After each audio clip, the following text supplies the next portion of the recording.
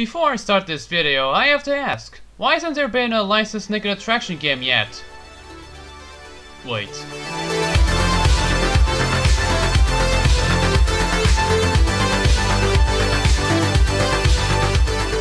Because I'm weird and lazy, I'm gonna take a look at 2 licensed games based on UK game shows. At least they're not made by GameTech, I'll tell you that. £250,000, 22 identical sealed boxes, and no questions, except one. Deal or no deal?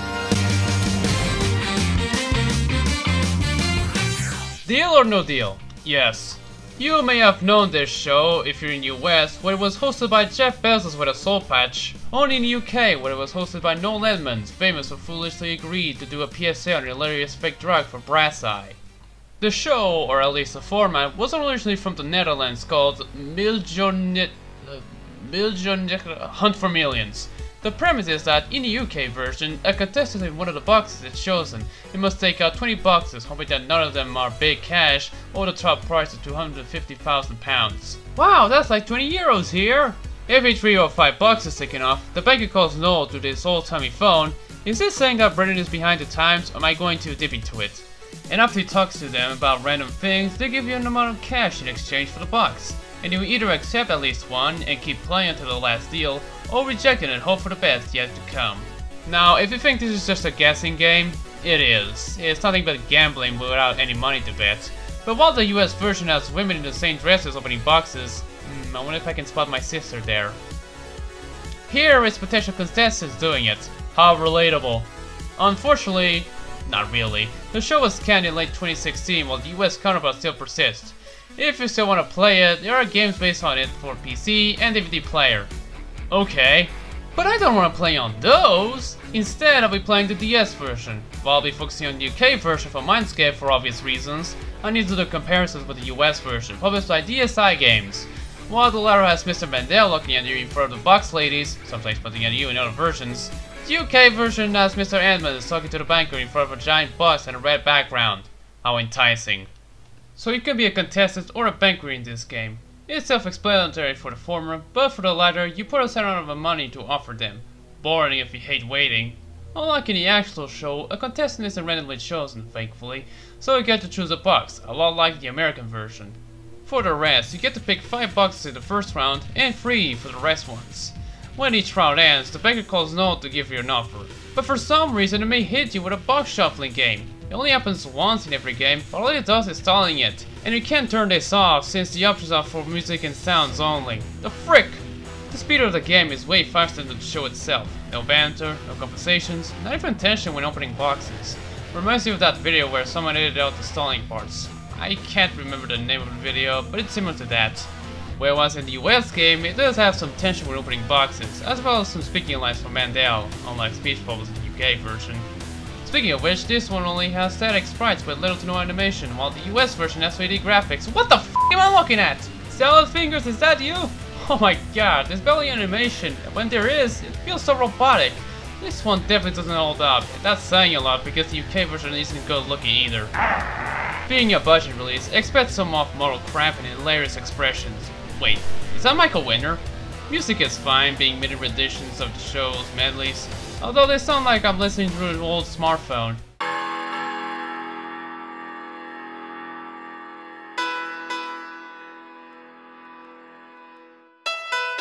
Who was in charge of sound mixing? The DS can sound really well, you know. Look at the US version. Sure, the quality of the WAV files are a bit low, but it's manageable to hear, as well as Howie's voice. No! I'm sorry, that hurts. I didn't expect a no-name developer like Gravity Eye make it as accurate as the show. Too bad Mandel looks like shit here, and it takes so long to get to the title screen when starting up the game, in a goddamn handheld. Still, it is a lot slower compared to the UK version, despite that not being as entertaining. Bottom line for the UK version? It's a f***ing disgrace. No! No! No!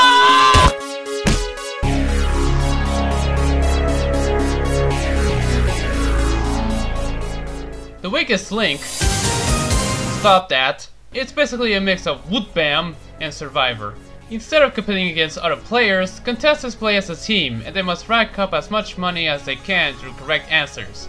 If someone gets the question wrong, the chain will reset, but saying bank will also reset the chain, but the cash will be saved and added for the next round. When that ends, they must vote which is the weakest of the round. Once there's only 2 contestants left, they have a last round to work together. And after that, it's the elimination game for who gets the money. Wow, so much for a team game. At least the losers don't get zapped out of existence. The show, created by the BBC, was hosted by the iconic Anne Robinson, a rather mean-spirited figure full of sarcasm, and narrated by presenter John Briggs, aka Daniel UK. After a profitable first round, Andrea is the strongest link. Although he banked £400 for the team, Paul is the weakest link statistically. Oh great, now I can never hear what I'm thinking of. It's boning time. So when NBC adapted the show to the States, Robinson came in to host, but only for 2 seasons. The last 2 were put to syndication, and had a different host, the top prices is as ridiculous, and it just isn't the same, so they canned admitting that, without counting the recent few international versions still airing, its original version outlived the American version till its cancellation in 2012, plus one charity episode in 2017.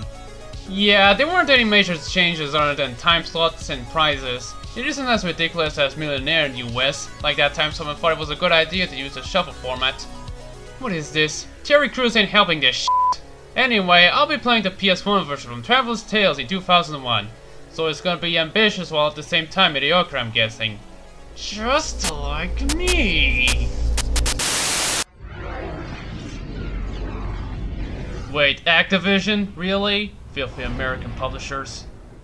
This is not a game for slackers. There are no gimmies, no do-overs, no lifelines, no hints. Is it just me, or was this listed from an advert? Reminds me of the first teaser of Mortal Kombat 4 on the PlayStation.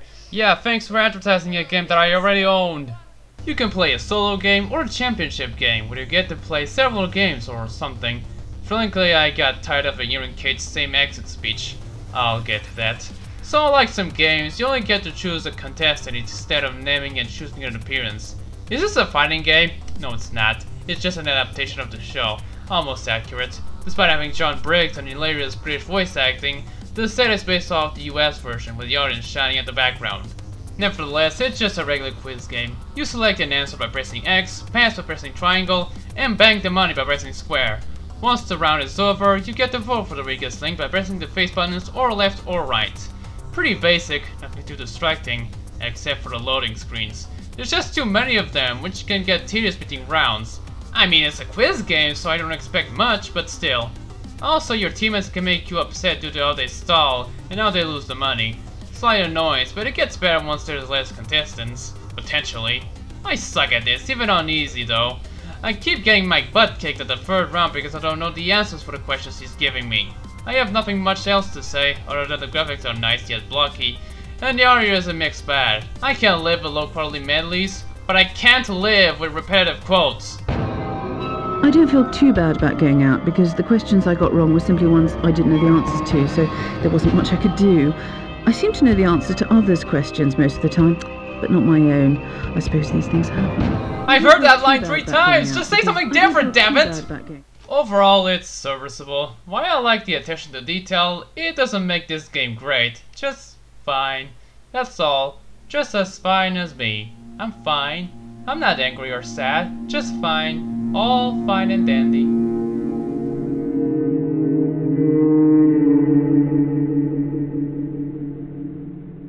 Why am I reviewing game show adaptations? Don't they have anything better to do? Like go out with friends? Go outside? I'm just gonna watch this and go, huh, this seems interesting. It's just goddamn game show games. No one's into that sort of thing gives a flying fuck about them. This is why my subscriber count is stagnant. I can't think of what ideas and random shit nobody cares about. Why am I wasting my goddamn time doing this? Sassy, you're not gonna believe this. I'm gonna have my own late night talk show. Ah! Sorry. I had a bit of a crisis for a moment. Can we talk about it later? Honey, you don't have to do this just to get views. Sure, you don't have as many subs as some game reviewers, but that still doesn't mean your content isn't worthless. If you enjoy doing it, that's fine. You don't need to jump on trends or anything just for validation. Just do what you know best and review any game you want, even if nobody has ever heard of it. Okay? Thanks, sis. Now, July is fast approaching. Let's do this special without any interference.